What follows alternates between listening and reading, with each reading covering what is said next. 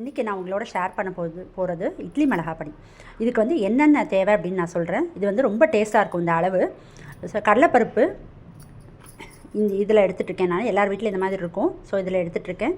இதே அளவு உளுத்தம்பருப்பு, இந்த அளவுக்கு, அதாவது இது 200 கிராம்ஸு, இந்த அளவுக்கு 40 மிளகா, இந்த ஒரு கப்புக்கு இந்த 40 மிளகா. ஸோ இது வந்து நார்மல் சில்லி, இது பியாகடி சில்லி. என்ன சில்லி வேணாலும் எடுத்துக்கலாம். பியாகடி சில்லி இல்லை அப்படின்னா பிரச்சனை இல்லை.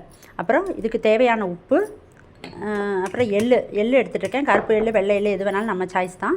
இந்த இதில் 1.5 எடுத்துகிட்ருக்கேன் இந்த அளவுக்கு. ஸோ அப்புறம் பெருங்காயம். இப்போ என்ன பண்ணுன்னா, லைட்டாக வந்து எண்ணெய் ஊற்றி இது எல்லாத்தையும் தனித்தனியாக ஃப்ரை பண்ணி எடுத்துக்கோங்க.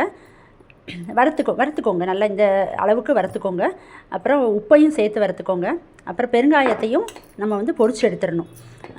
அப்புறம் இந்த எள்ளு மட்டும் வந்து இது எல்லாம் போடுறதுக்கு முன்னாடி ட்ரையாக கடாய் இருக்கும்போது இந்த எள்ளை வந்து வறுத்துருங்க. ஏன்னா எண்ணெயோடு சேர்ந்து வறுத்தோம் அப்படின்னா கசந்துரும் எள்ளு வந்து. ஸோ அந்த மாதிரி கரெக்டாக வறுத்துக்கோங்க. இப்போ நம்ம போய் இதை அரைச்சிட்டு வரலாம். அரைச்சதுக்கப்புறம் எப்படி இருக்குன்னு பார்க்கலாம். இது வந்து நான் வந்து அரைச்சிட்டு வந்துட்டேன். ஸோ இது பாருங்கள், ரொம்ப நைஸாக இல்லை, ரொம்ப தரன்னு இல்லை. இந்த ஸ்டேஜ் எங்கள் வீட்டில் பிடிக்கும். அதனால நான் இப்படி அரைச்சிட்ருக்கேன். நீங்கள் எப்படி உங்கள் சாய்ஸோ அந்த மாதிரி வந்து அரைச்சிக்கோங்க.